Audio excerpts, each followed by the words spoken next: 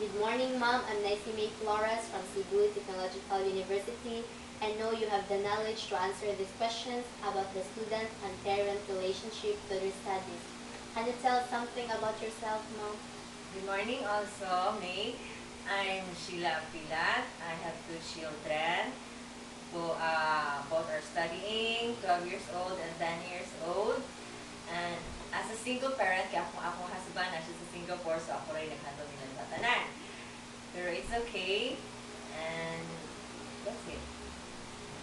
So my first question would be, what are the problems encountered in school as a parent? So many! First is their tuition fee. Usual, tuition fee man good. Okay na ang tuition fee nila karon. They have different schools man. So, ang isa, kahit ako bilang tuition fee. Pero akong problem is about tuition fee is, if ever, every year, they will increase. So, muna siya magkadako bilang tuition fee. Then, sunod, kay projects. Project, if ever, matahag kay project.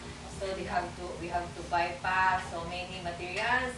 Niya, dili po tanan good baya i-handle sa each student. So, they have specified good nga materials nga ipadala.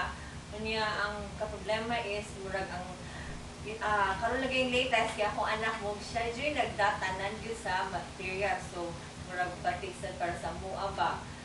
Niya, so, solicitation. If ever na ay mga kanang donations ba ron, may so, for every project nila, kinahanglan dyan na ay amount nga imo kitang i-give sa ilang school.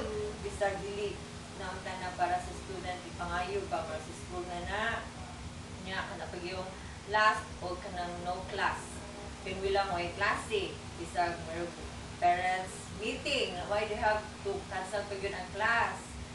Or kanang mga holidays nga di angay ta makuan holidays para nila di ta angay nga magkuan nga no class kay bati sabayan nang wala lang klase pero may kay unsa makagana sa students more na siya kung problema diyo. So second is, what are the problems you encountered with teachers? Sa teachers, first did kay favoritism. Uy na kundi ka na.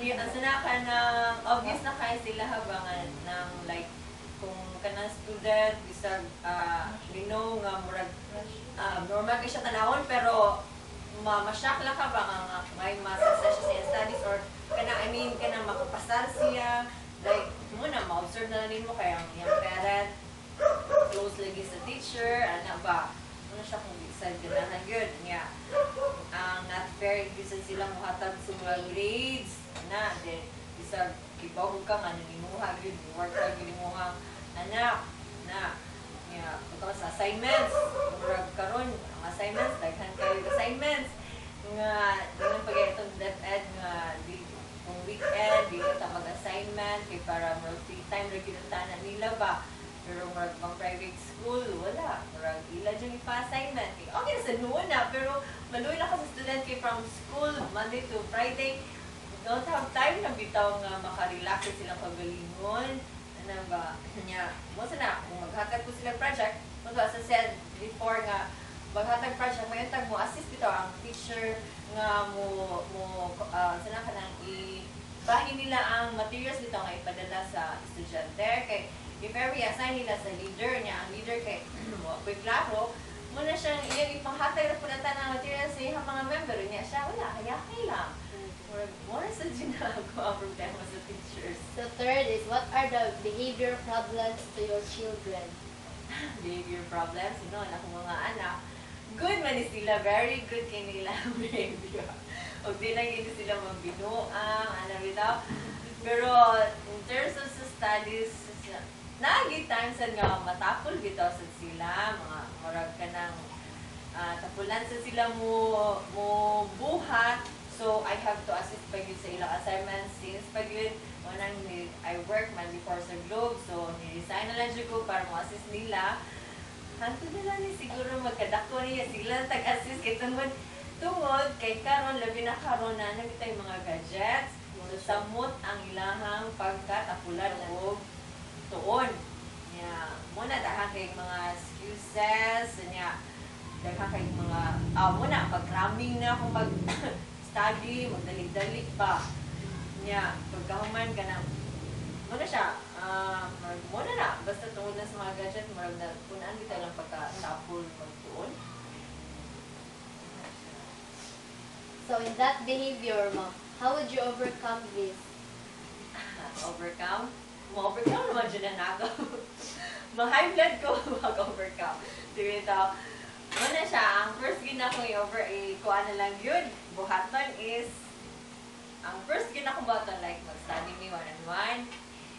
Kung di ko siya maminaw, nga nung obvious na kayo nga, di ko siya maminaw, i-punish yun ako. Pero, nang naagi times nga mas, ma-feel na akong masakitan ko, pero as a parent, nasa siguro, pero nakay-limit asa sa tutog mo nga pag-punish dito kay makuan mag-uol sa baya ka kung sa imong nabuhat bitaw niya muna siya kanang or dili sa katong pagkag may panilang yun usual naman ng kung baby pa imuhang bata muna imo barong inasigi i-finish imong work bravery na lang ba o i-finish imong work para nag-aata ka og money or ato to sa Jollibee after.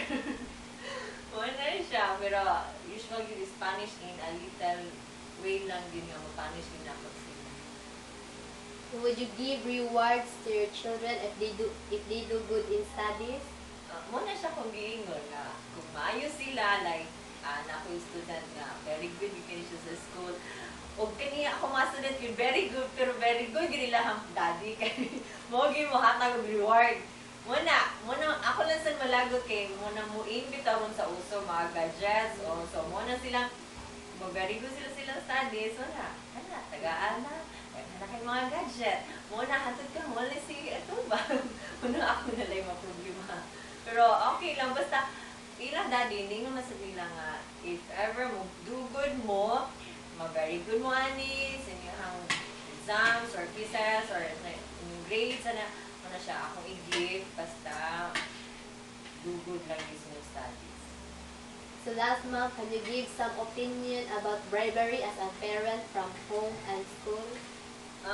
Bribery noon, kana siya okay na sa noon. Is dili nga very good yun kay na it's more okay lang kay murag bisan siguro ang student or no ang child nga wala pa nag-school kung nang baby pa siya din and then mo hatag ipag-behave siya mama niya yun siya nga sige kay ato ta Jollibee na library na sandan siguro na pero kung nasa student okay lang siya basta ka na they will do good in their studies they will finish what they have started and they will clean up their mess mo na siyang okay lang ang bribery siguro pero sa school you mean ka ng bribery sa teachers or this is ko ganahan ng bribery sa teachers okay lang kung if ever na yung mga celebration or occasions, muhatag ka sa teachers, pero like if ever mo i-give ng teachers so, something para na sa iyang grade sa student, muna siya, bakit sa lang.